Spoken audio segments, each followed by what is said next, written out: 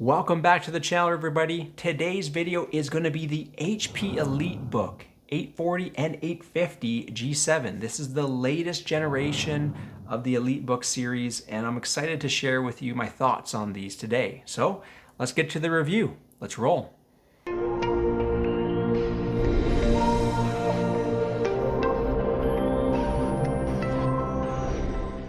So HP has come out with a number of different units in their lineup.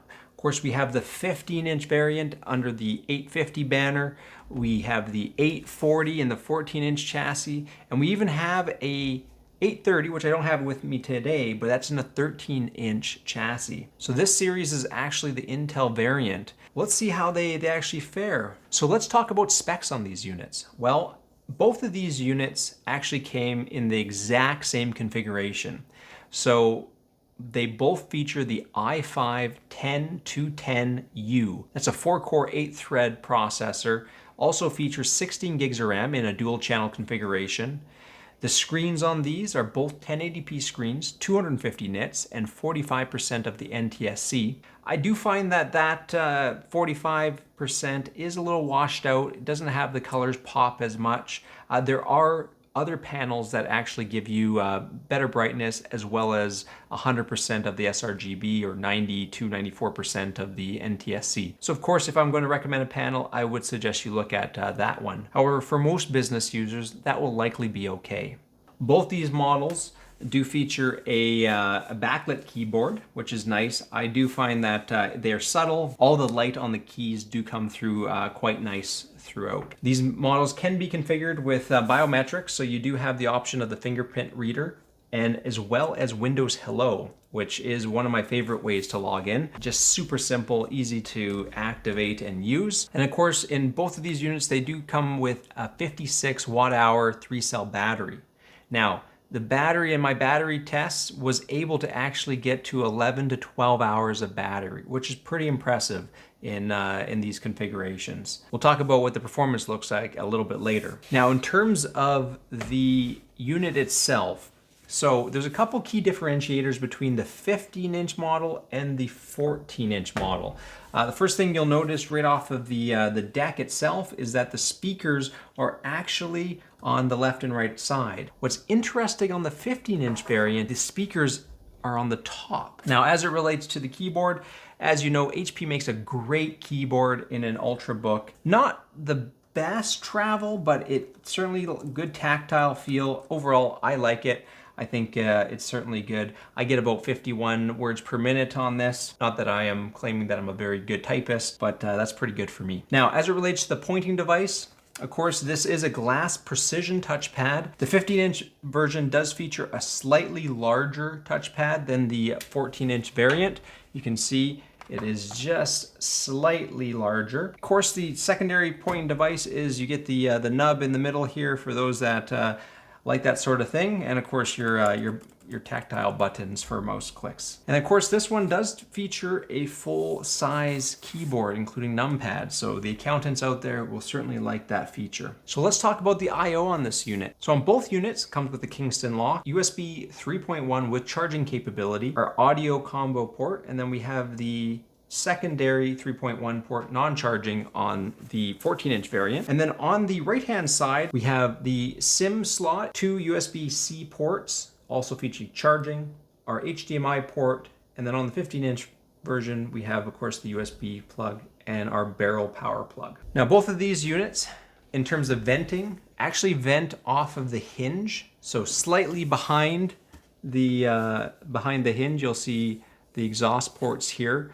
Overall, in my testing, I found that the sound levels were very good, mostly silent during light use. And if you really max out the CPU, I see around 35 decibels overall, which is fairly quiet and certainly acceptable in an office environment. So how's the camera in this? Well, it is a 720p camera, a little grainy when you get into lower light conditions. However, I find that the mic pickup is quite good in this. It also has a 3 microphone array and what they call a world mic, which basically is a microphone that's looking at all the ambient noise in the room and trying to determine if they need to cancel that out. So I do find that the noise cancellation is actually quite good on this notebook, and I think you'll agree.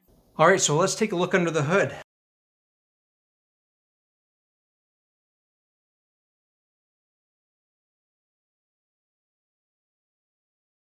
So pretty easy to actually take off. You just pull it from the back. You can see that, of course, we have our NVMe SSD. It is a Western Digital, 512 gigs in this unit. Of course, our battery, which is 56 watt hour. And then underneath this little panel right here is actually our memory, which in this model is not dual channel. So of course we do only have one stick of 16 gig memory in this. This is in single channel mode, so I do recommend always having both DIMMs populated to get the most amount of performance. And of course we do have our wireless card that is user upgradable as well. And of course our spot for our wireless WAN. So this is where you can put your chip, and then of course it already has the antennas run to this, which is nice, so that you can just hook it up. And so that runs out to likely the panel itself. So let's take a look at the other unit.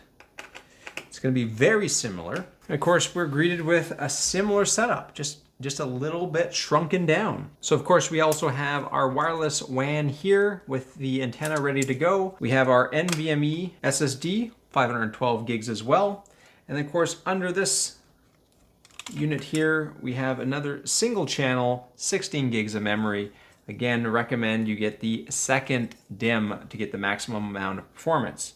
This one features the same battery, 56 watt hour, 3 cell. And of course we have our user upgradable wireless if you so choose. So again, nice form factor, great use of the space. We got one heat pipe designed for that CPU to keep everything cool. Interestingly, on the screens, out of the 3 HP models I've had, there has been 0 backlit bleed at all. I mean, these are pristine. So the fact that HP has been able to do this across 3 different models, exactly the same, is a testament that one, backlit bleed is not a thing as long as you have good quality control. So I'm very impressed that HP's been able to do that. I think those are some fantastic features. Overall, I love the design on these units. One, thin bezels along the sides, of course the top and the chin. I think it looks very, very good. And then as it relates to some of the benchmarks, you have to keep in mind that this is one of the slowest Intel processors that you can put into these units. So this is 4 cores, 8 threads. This is at 1.6 gigahertz as the base, so pretty low. So on the 850 Cinebench R20, same processor, came in at 1122, and then on 840, this one actually came in at 1281. Now I did run this multiple times just to make sure that it wasn't some other external factor rebooted. This consistently was able to get typically another 10% higher on the Cinebench score, which is kind of interesting, being that it is in a smaller form factor. Now moving over to Geekbench 5, the 840, when plugged into the wall, single core was 1046, multi-core 3397, and then on battery it dropped down a little bit on single core by about 10%, going down to 947, and roughly the same multi-core at 3331. Now the 850 came in at 1045 and slightly lower single core clock when it's on battery at 833. And then similar multi-core at 3212 and 3153. Moving over to NovaBench. NovaBench scored on the 840 1594 and 1587 on the 850. Overall, the NovaBench certainly gave the similar score across the board. Heading over to PC Mark 10, the 840 came in at 3685, whereas the 850 came in at 3852. So very similar scores, but the one thing I'd note across all of these is how much better that the Ryzen 4750 was able to pull off in all these tests. Now to be fair, the AMD processor is an 8-core, 16-thread design. However, in terms of battery life, it was getting similar battery life across each of the notebooks, similar at 12 hours. So I will want to actually bring in a 10710U, which I think is more performant anyways, and we'll see how that actually fares in battery tests as well as some performance tests. So let's talk about the speakers on these units. So they both feature B&O speakers.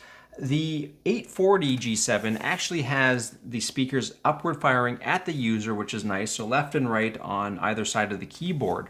Now on the 850, a little bit different design. They actually have the speakers on the top. So that's a little bit interesting, still upward firing. But the one thing I did notice while playing back music is that the audio for the left-hand speakers is actually in the center. So the audio actually comes through the center, and then the right is just off to the side. So you still get a semi-stereo experience. However, it's just not as quite as around you, simply because it's kind of coming at your face a little bit. But overall, still functions normally. So let's take a listen to the sound and let me know what you think.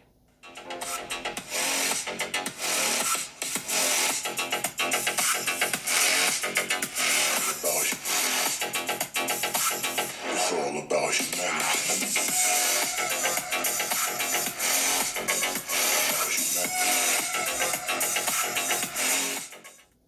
So overall, sounds okay. It definitely can get you by, but if you really want to listen to some more immersive sound just to get those mids and those lows, I definitely recommend, of course, headphones. In terms of the battery, this battery lasted about 12 hours on both models, which is impressive because with the larger screen that this one is driving, it was effectively the same overall. So what's unique about the EliteBooks themselves is that they go through a rigor of tests, not just your basic tests either. This is 810 mil spec. It goes through 20 different tests, a drop test, a vibration test, a functional shock test, dust test, humidity, altitude, high temperature, low temperature, a temperature shock test, sand test, an explosive atmosphere test. Let's just talk about that one for a second. That one is the objective of the test is to determine whether the notebook could be safely operated in a fuel air explosive atmosphere without causing ignition. So basically not having any sort of static discharge or a way that would ignite the fuel in the atmosphere, which is pretty impressive. Of course, we have a freeze and thaw test, and then a crash hazard shock test. This thing goes through the gamut, and we're not talking like test one time. Like the drop test is 26 times on every angle of the notebook, from 30 inches onto a 2-inch piece of plywood. So overall, this thing can take some abuse, especially being a mobile notebook that's going to be with you on the go. Overall, very impressed that they're able to do that sort of testing in something that's relatively small like this. So in terms of the weight on this, the 840 G7 comes in at 3 pounds 4.7 ounces, and then the 850 G7 comes in at 3 pounds 15 ounces. So final thoughts on the HP G7. Well, I know that this generation is incremental, but they've really done a lot of unique things to make it lighter, thinner bezels, great construction, all aluminum design, lift anywhere, which is quite nice, as well as I think create a number of options to suit their budget. Of course, this one is the lower end model of the processor family, but you can kind of scale that all the way up to what you need. Everything from the panel, the memory, the CPU, everything that you can think of. And I think they created a lot of different options that can suit a lot of business customers' needs. When I look at most of the business notebooks out in the field, the fact that HP has both Intel and AMD variants in the family, I really appreciate. That way it gives the consumer some choice. But overall, I do highly recommend the EliteBooks. I think they have really brought to bear some great technology in these form factors. Well, that wraps up the video and review on the HP EliteBook 840 and 850 G7. I hope you liked the video, guys. Please like and subscribe to the channel. Also leave a comment down below what you liked, what you dislike. And as always, I'll put a link to these models in the description down below. So until next time, bye for now.